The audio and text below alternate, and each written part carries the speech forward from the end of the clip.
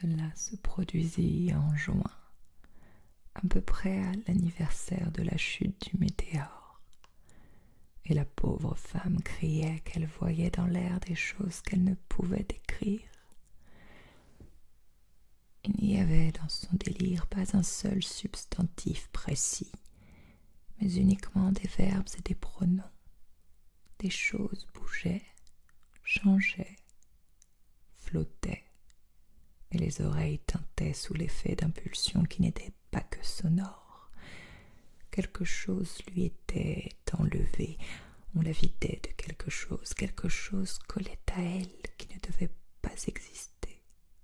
Quelqu'un devait l'en débarrasser. Rien n'était jamais immobile dans la nuit, les murs et les fenêtres changeaient de place. Nahum ne l'envoya pas à l'asile du comté, il la laissa errer dans la maison tant qu'elle fut inoffensive pour elle-même et pour les autres. Même quand son expression changea, il n'intervint pas.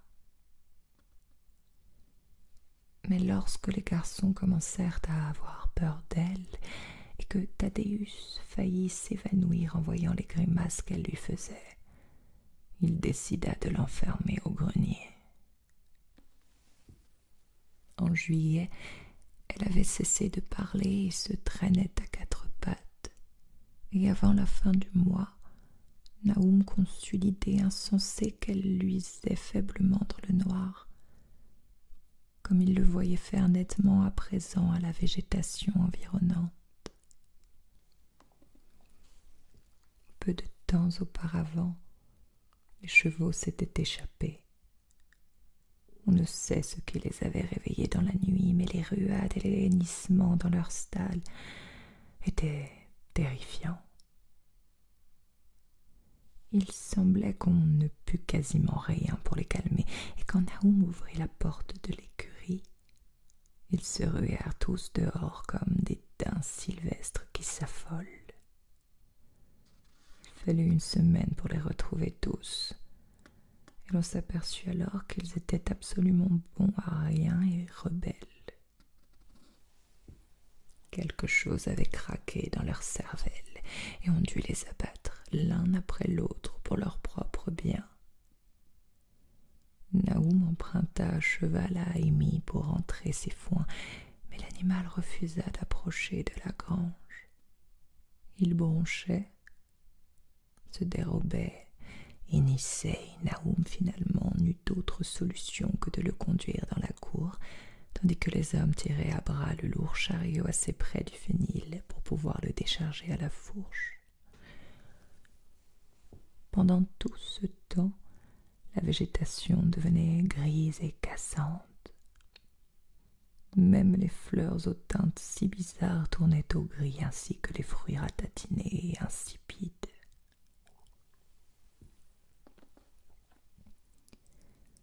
Les asters et les vergers d'or fleurissaient, grises et déformés.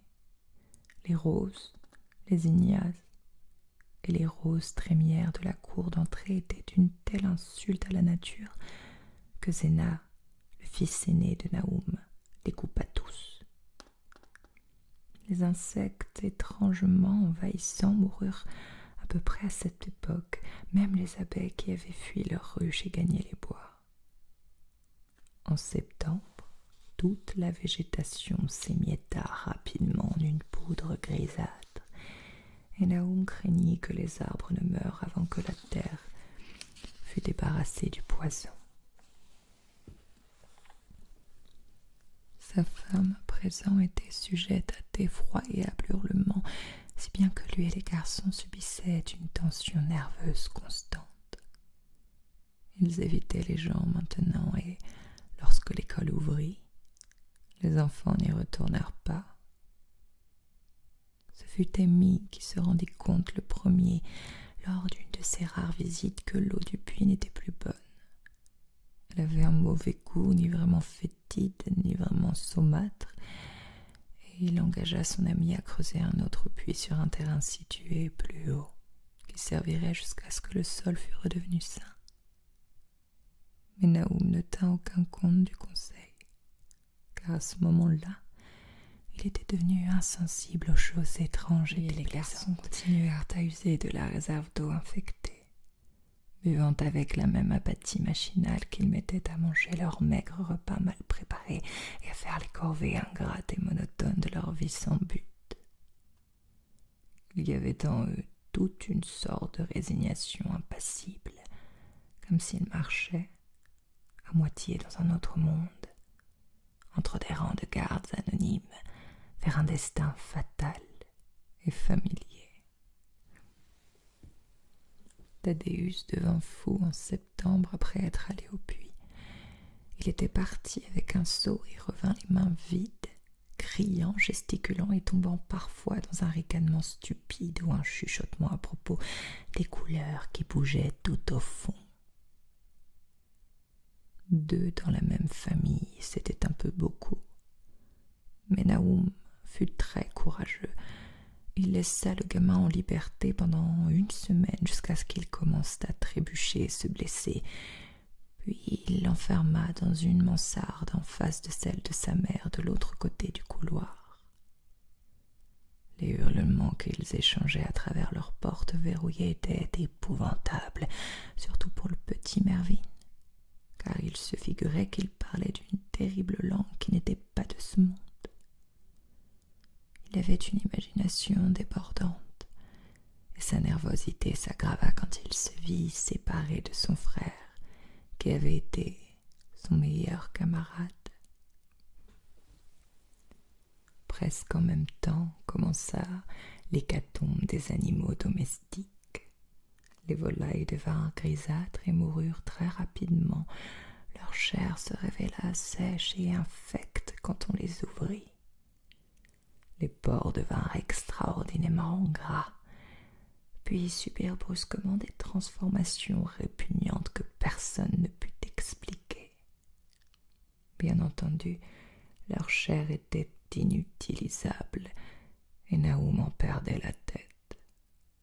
Aucun vétérinaire rural ne voulait s'approcher de chez lui, et celui d'Arkham était franchement déconcerté. Les pourceaux, avant de mourir, apparaissaient gris, friables et tombaient en morceaux. Leurs yeux et leurs groins présentaient des altérations singulières. C'était d'autant plus inexplicable qu'ils n'avaient jamais été nourris de végétation contaminée. Ensuite, les vaches furent atteintes.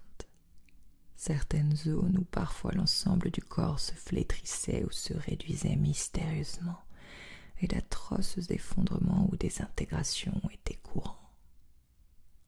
Au dernier stade, la mort s'ensuivait toujours.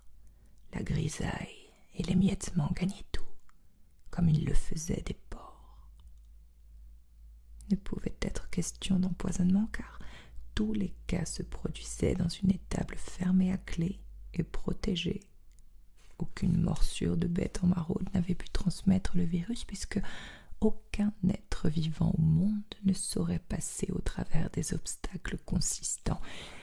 Il ne pouvait s'agir que d'une maladie naturelle, encore qu'une maladie responsable de pareils résultats tint en échec tous les diagnostics. Quand vint la moisson, pas un animal n'avait survécu à la ferme. Le bétail et la volaille étaient morts et les chiens s'étaient enfuis. Il y en avait 3 qui avaient tous disparu une nuit et dont on n'avait plus jamais entendu parler. Les 5 chats étaient partis quelque temps auparavant, mais on l'avait à peine remarqué puisqu'il semblait n'y avoir plus de souris, que seule Mrs. Gardner s'était attachée à ces gracieux félins. Le 19 octobre, Naoum était arrivé chancelant chez Amy avec des nouvelles atroces. La mort avait saisi le pauvre Thaddeus dans sa mansarde, et d'une manière dont on ne pouvait rien dire. Naoum avait creusé une tombe dans l'enclos familial, derrière la ferme, et y avait enseveli ce qu'il avait trouvé. Rien n'avait pu venir de l'extérieur, car la petite fenêtre à barreaux et la porte fermée à clé étaient intactes. Mais c'était pire que ce qu'il y avait eu dans la grange. Amy et sa femme consolèrent du mieux qu'ils purent l'homme abattu, mais ils le firent en frémissant. Une terreur sans nom semblait s'attacher au gardeneur et à tout ce qu'il touchait. La seule présence de l'un d'eux dans la maison était un souffle venu de régions innommées et innommables. Amy accompagna Nahum chez lui avec beaucoup de répugnance et fit ce qu'il put pour apaiser ses sanglots convulsifs du petit Mervyn. Zena, lui, n'avait pas besoin d'être calmé. Il en était venu dernièrement à ne faire rien d'autre que regarder dans le vide et obéir aux ordres de son père. Et Amy pensa que pour lui c'était une bénédiction. Par moments, au cri de Mervyn, un faible écho venait du grenier et en réponse à un regard interrogateur, Nahum dit que sa femme s'affaiblissait beaucoup. La nuit approchant, Amy s'arrangea pour prendre congé.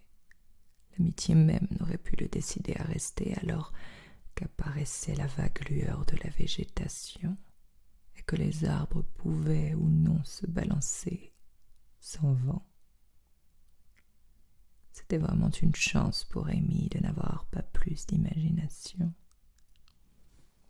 Malgré tout, son esprit en fut un tant soit peu dérangé, mais eût-il été capable de relier et de méditer tous ces prodiges autour de lui qu'il fût inévitablement devenu complètement fou. Dans le demi-jour, il rentra en hâte chez lui, les cris de la démente et de l'enfant à bout des nerfs résonnant affreusement à ses oreilles.